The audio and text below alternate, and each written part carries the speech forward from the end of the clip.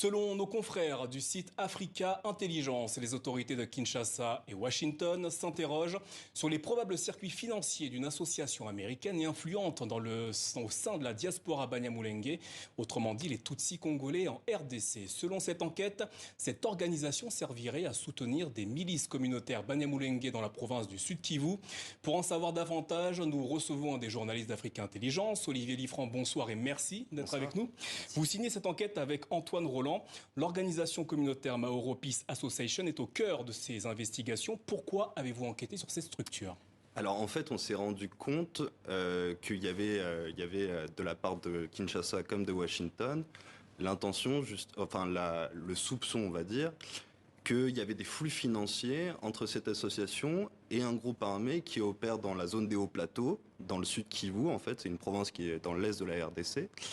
Et petit à petit, on s'est rendu compte en fait que depuis au moins 2020, les services de sécurité congolais comme les services de sécurité américains, notamment le FBI, dukurikije inkuru yashyizwe ahagaragara na bagenzi bacu b'abanyamakuru bo ku rubuga rwa Africa Intelligence, ubuyobozi bwa Kinshasa n'ubwa Leta Zunze Ubumwe za Amerika cyangwa se Washington barimo kwibaza ku miyoboro y'imari ishobora kuba irimo gukoreshwa n'amashyirahamwe yo muri Leta Zunze Ubumwe za Amerika, ariko nanone afite ijambo rikomeye cyane ku bavuga ururimi rw'ikinyarwanda b'abanyamurenge baba mu mahanga.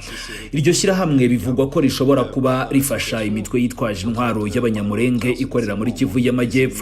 Kugira ngo tubimenyeho byinshi, turi kumwe n'umwe mu banyamakuru ba Africa Intelligence wakoze ubushakashatsi, Olivier, ndetse rero niwe wakoze iyi nkuru afatanyije na Antoine Roland. Murakaza neza rwose kuri TV5 Monde.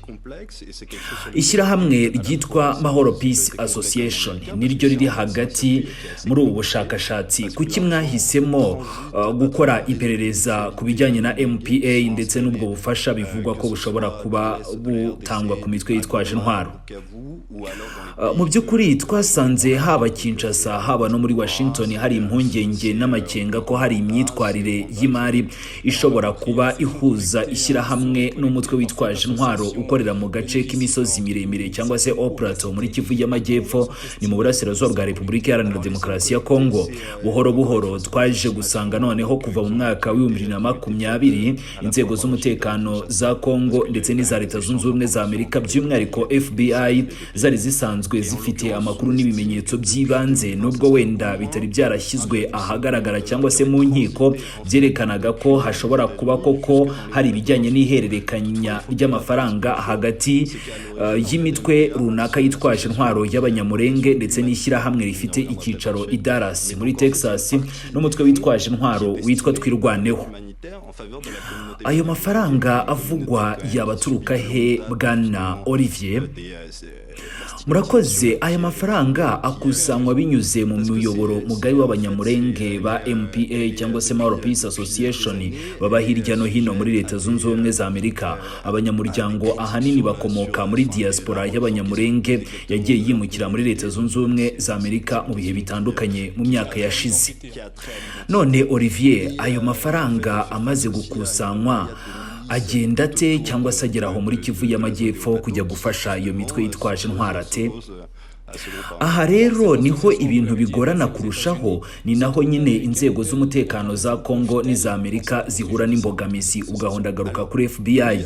Aya mafaranga anyuzwa mu muyoboro w'abantu bo mu muryango w'abanyamurenge bari mu bice bitandukanye, haba mu burasirazuba bwa Repubulika Iharanira Demokarasi ya Kongo by'umwihariko mu mijyi ikomeye nka Goma na Bukavu, cyangwa se wenda no mu bihugu by'akarere k'ibiyaga bigari, urugero nk'abanyamurenge cyangwa se abandi bashyigikiye uwo mutwe wabarizwa nko mu gihugu cy'u Burundi, Uganda cyo kimwe n'igihugu cy'u Rwanda. Ni umuyoboro uri mu bwiru bwinshi ku buryo bigoranye cyane ko wavuga ko iyi MPA yohereje amafaranga direct cyangwa se akabavaho agera muri Twirwaneho, kubera ko bayanyuza mu bandi banyamurenge barimo muri Goma, Bukavu, mu Rwanda, u Burundi cyangwa se Uganda.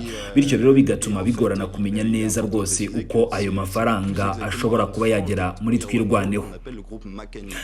None se Olivier, ayo mafaranga yose agera ku rugero rungana rute cyangwa se ni menshi bingana bite, yabangana te mugereranyije?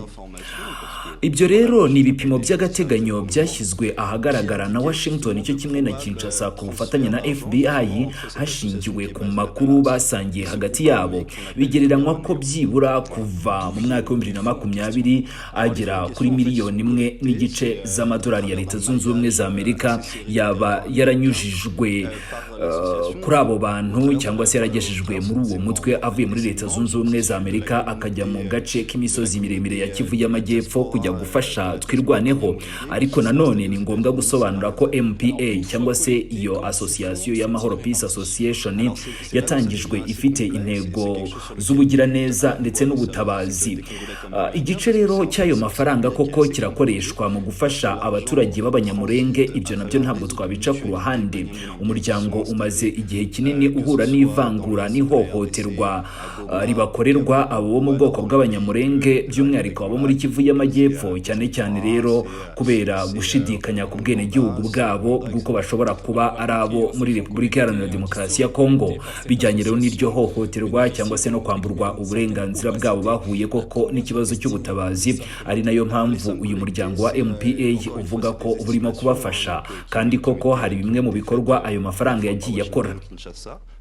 None se Olivier, ese inzego za Amerika zishobora gukurikirana MPA mu mategeko cyangwa se FBI ishobora kuba yageza mu mategeko uyu muryango w'abanyamurenge wabarizwa hano muri Leta Zunze Ubumwe za Amerika?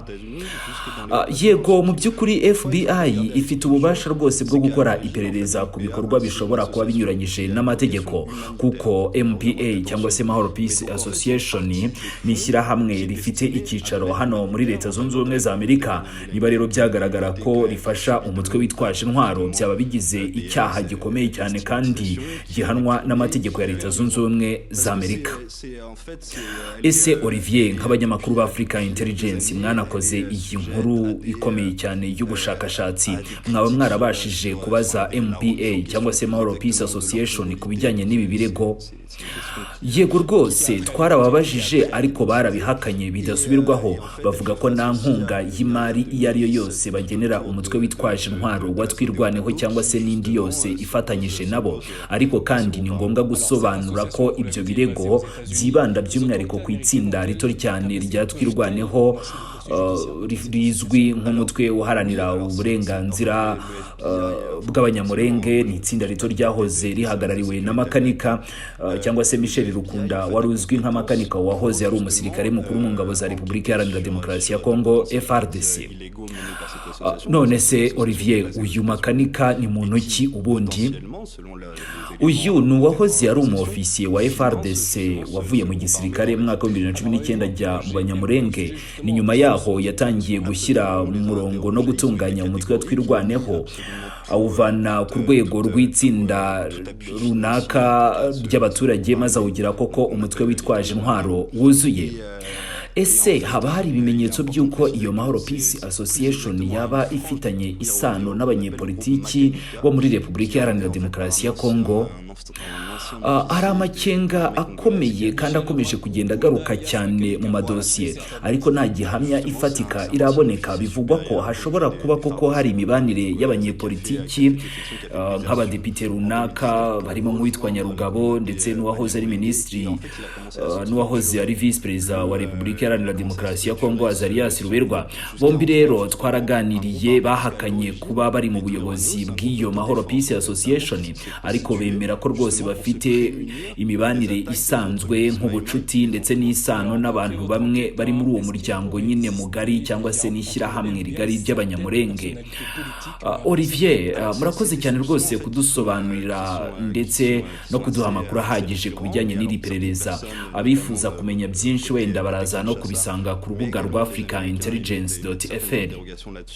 C'est des liens avec un député national qui s'appelle Moïse Nyarugabo, pardon, excusez-moi, et ainsi qu'un ancien ministre et un ancien vice-président de la RDC qui s'appelle Azarias Ruberwa.